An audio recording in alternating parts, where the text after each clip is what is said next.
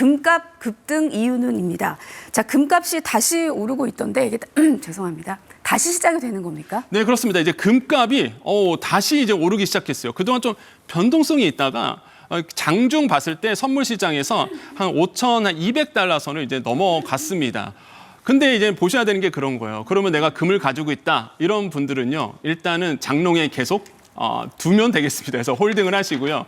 근데 내가 지금 금이 없다. 아니면 내가 좀 현금 보유량이 있다 하신 분들은 일부 현금을 가지고 금으로 이제는 리스크를 해지하시는 부분 이런 것들도 굉장히 중요할 것 같고요.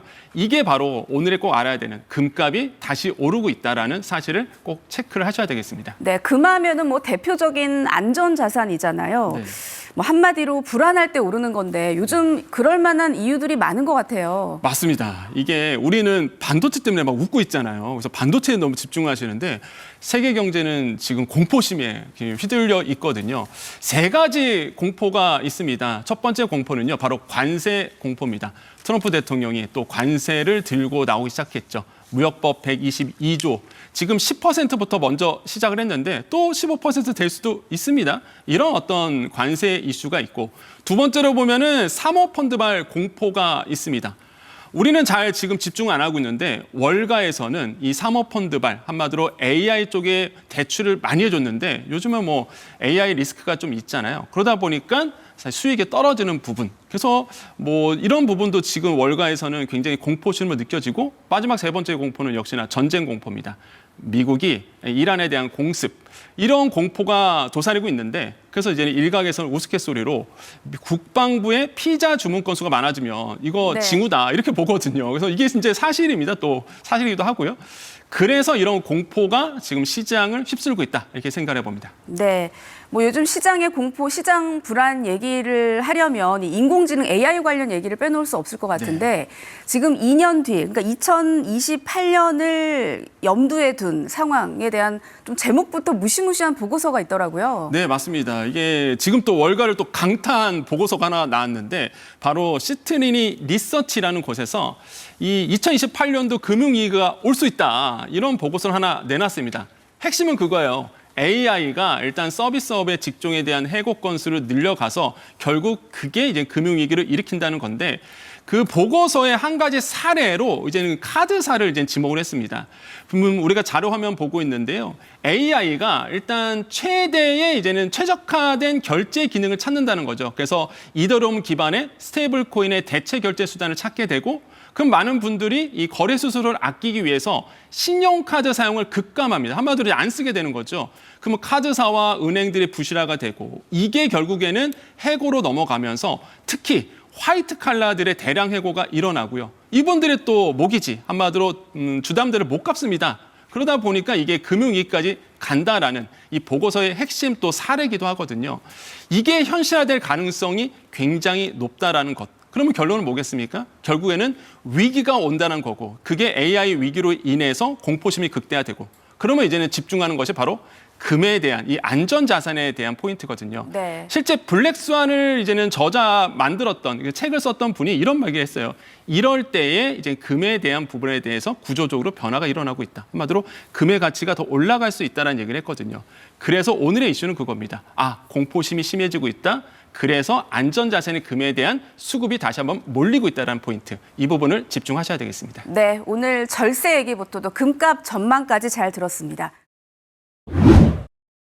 금값이 많이 올라서 지금 들어가면 좋을지 그래도 될지 고민하는 분들 참 많은 것 같은데 금하면 대표적인 안전자산이잖아요. 다시 말하면 좀 공포스러울 때 수요가 늘어난다는 건데 지금 뭐가 이렇게 불안한 걸까요? 지금 첫 번째로 보면 디베이스먼트 트레이드가 일어나고 있죠. 그게 뭐냐면 아까 말씀하셨다시피 금은요 정말로 공포 자산이에요. 공포심이 있을 때 금값은 오르게 되거든요.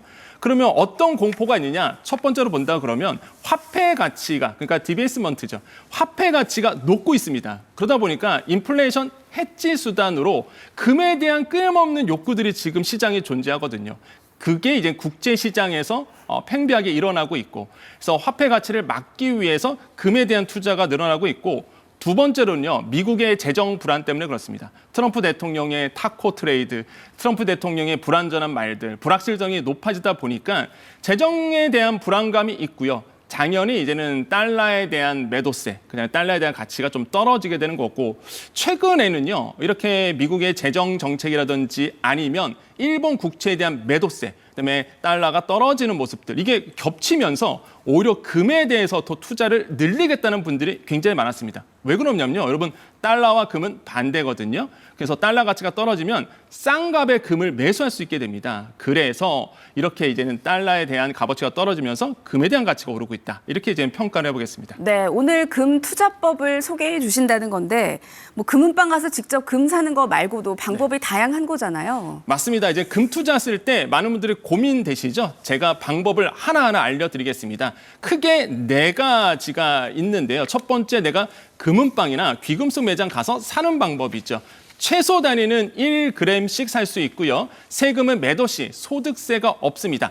다만 여러분 잘못 알고 계시는 게 상속세 증여세 없잖아요. 아니에요. 이거는 국세청에서 판단하기 다릅니다. 그래서 큰 금액을 갖고 있으면 상속세, 증여세, 과세 대상도 될 수 있다는 거.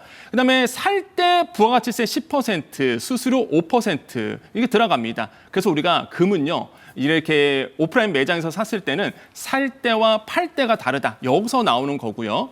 장점은 역시나 이게 내가 갖고 있다 보니까 안정성, 심리적으로 굉장히 좋은데 단점은 유동성이 좀 불편한 부분 이런 것들도 있고요. 그다음에 이제는 또 하나가 금통장을 이제 생각할 수 있겠죠. 금통장은 어렵지 않습니다. 여러분 은행 가셔서 그냥 금통장 하나 만드시면 돼요. 되는 은행이 있고 안 되는 은행이 있지만 일단 금통장을 만드시면 되고 온라인도 됩니다. 0.01g, 그다음에 15.4%의 세금 들어가고 장점은 소액 투자가 가능하다는 것. 단점은요. 여러분 중요하게 아셔야 되는 것. 투자 상품입니다.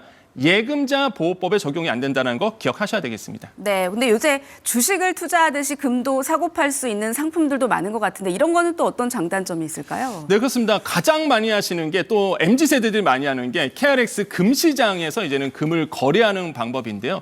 주식처럼 거래할 수 있습니다. 증권사에 이제 실물 금계좌 하나 만드셔갖고 거래하시면 되거든요. 어렵지 않습니다.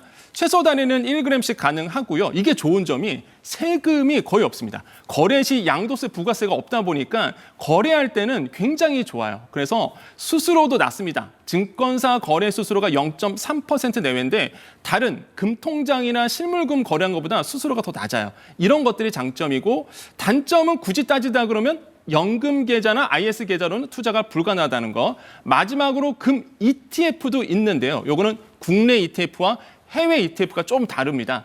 어떤 중요한 거는 그거예요. 세금이 좀 많이 들어간다는 거. 국내는 15.4%, 해외 같은 경우는 250만 원의 이상의 수익이 난다 그러면 기본공제 빼고요. 거기서 대한 양도소득세 22%가 들어간다는 거. 요게 약간 차이점이 있고 그래서 장점은 일단은 ETF다 보니까 지수와 움직인다. 그래서 좀 이런 것들이 있고 단점은 세금이 조금 더 많이 들어간다. 이렇게 좀 생각을 하시면 되겠습니다. 네, 뭐 투자 포트폴리오상 금 사두는 것도 상당히 좋을 것 같은데 명확한 장단점들 알기 쉽게 설명해 주셨습니다. 오늘 말씀 여기까지 듣겠습니다.